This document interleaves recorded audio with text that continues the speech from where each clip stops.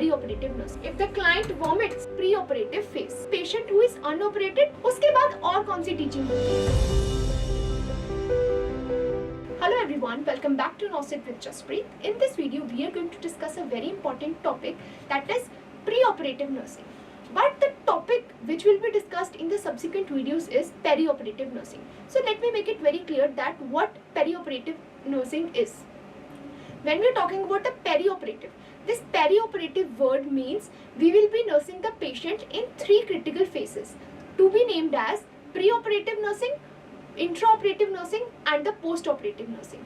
इसमें pre, intra और post operative patients की care को discuss किया जाता है, like how a patient is prepared for the surgery, how a patient undergoes the surgery and what care is provided to a patient post the surgery, right? So इस video में we will be discussing about the pre-operative nursing care. तो जब भी हम एक pre-operative nursing care की बात कर रहे हैं, we are talking about a patient who is going to be operated. चाहे उसकी वो फर्स्ट सर्जरी हो, चाहे वो कोई रिकरेंट सर्जरी हो, फेज 2 सर्जरी हो, but yes the patient who is unoperated is considered as a pre operative patient. Pre op patient बोलते हैं हम उसको. I hope it is clear. So pre operative phase कब स्टार्ट होता है? When the client admits into your hospital, into your ward, that phase starts from the time till the patient is admitted, till the patient is shifted to the OT. जब patient आपके पास admit हो जाएगा and after that subsequently जब वो किसी OT में shift होगा, उस पूरे फेज के दौरान जो भी इवेंट्स होंगे that will be a part of pre operative phase. जब patient from the admission till shifting to the OT demarks the pre operative phase. ठीक है, I hope it is clear. So when we are talking about a pre operative client, what are the critical things that need to be taken care of? जब भी आप किसी patient को OT shift कर रहे हो, the most priority, the prioritize हमें किसे करना है? We have to prioritize the informed consent. What is a consent? The consent is that a client has to be explained about what the surgery is going to be about, what could be the risk factors that can be involved, what could be the critical complications that can arise due to that procedure. Everything has to be clearly explained to the patient. If the patient is an adult or above 18 years of age, a patient can sign the consent by himself or herself, right? But if the client is a minor client, if the client is minor, that means the client is less than 18 years of age, then the informed consent has to be given by the guardian, the legal guardian of the client. Number 1. उसके बाद if the patient has been given any sedation, अगर patient sedated है, the informed consent is not applicable. Third thing is that psychiatric patients may be, unless and until there is a legal order. If a client who is a psychiatric patient, एक legal order होना चाहिए so as to demarcate that this individual cannot give the consent for his or her surgery. तो उसमें कुछ legal liabilities होती हैं अगर कोई क्लाइंट साइकेट्रिक डिसऑर्डर से सफर कर रहा है. But the thing is, a client has to be clearly explained about the procedure, the complications associated with the procedure and informed consent should be taken from the guardian in case of minor or from the patient in the case of adult. This is the most critical event, right? Everything has to be informed and explained to the patient, right? Nothing needs to be hidden.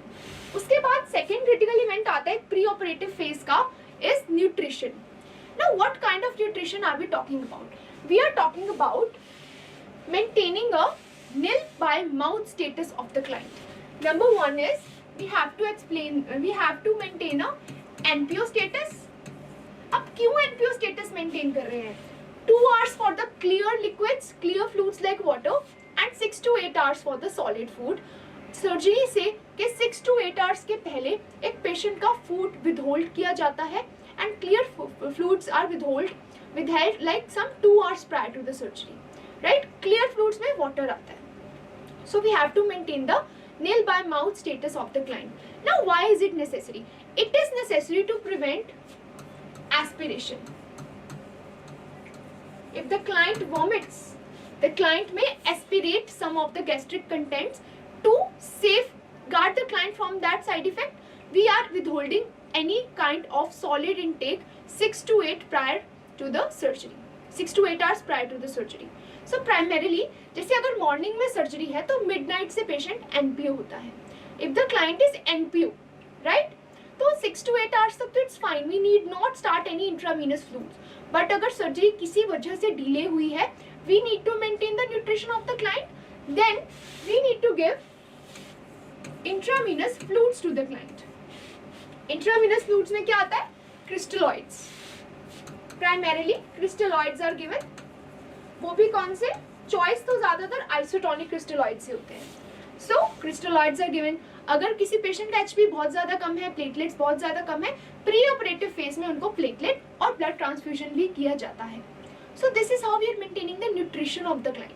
अगर हम उनको orally कुछ नहीं दे रहे हैं, surgery is being delayed due to some reason, we need to maintain the nutritional status with the help of intravenous fluids, which are primarily the crystalloids, isotonic crystalloids that are administered to the client. After that, the third critical aspect of the preoperative nursing is surgical site preparation. Surgical site preparation का मतलब होता है that the surgical site has to be cleaned, has to be shaved. There should be no hair present on the surgical site. चाहे अगर किसी की head surgery है तो hair wash is a must. Then after that hair are removed either in the pre or the intraoperative phase. But the hair, जो patient के hair है, they have to be cleaned with some chlorhexidine containing products, so that वहाँ पे एक asepsis maintain किया जा सके.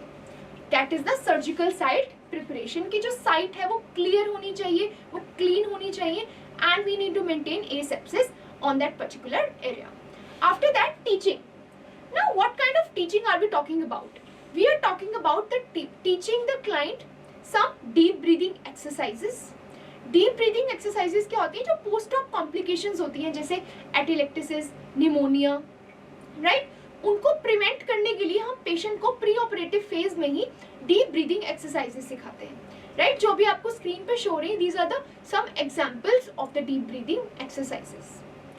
उसके बाद हम patient को और क्या teaching दे सकते हैं? We can teach the patient about the incentive spirometer.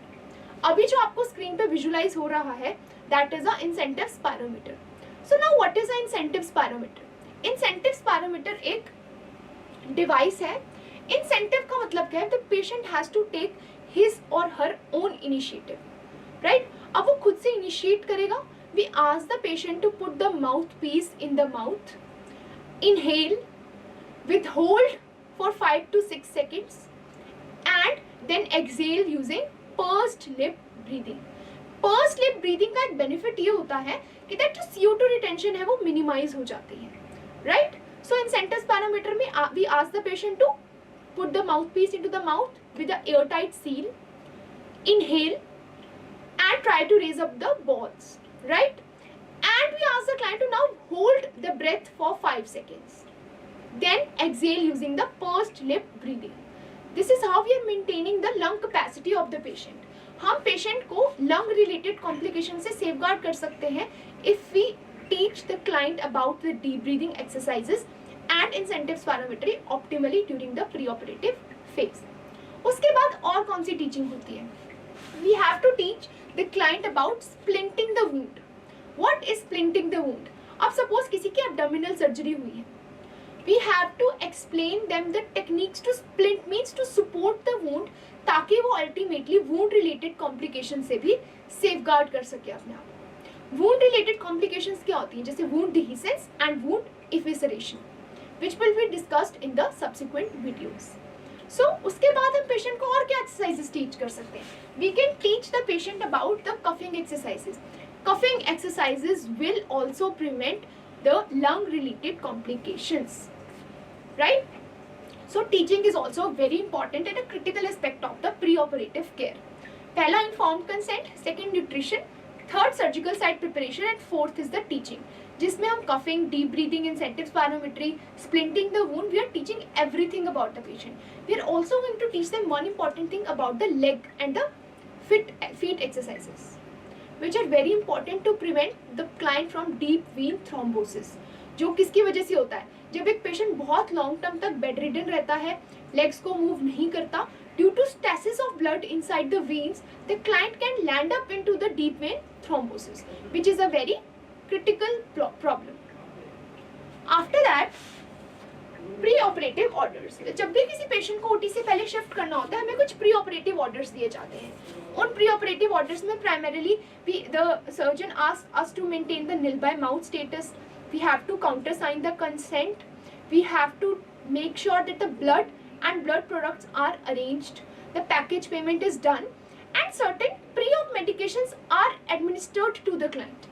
अब कैसे प्री ऑपरेटिव मेडिकेशंस, सपोज आप किसी न्यूरो के पेशेंट को ओटी शिफ्ट कर रहे हो तो before OT we have to give them the due antiepileptics, the morning dose should not be mixed, ठीक है।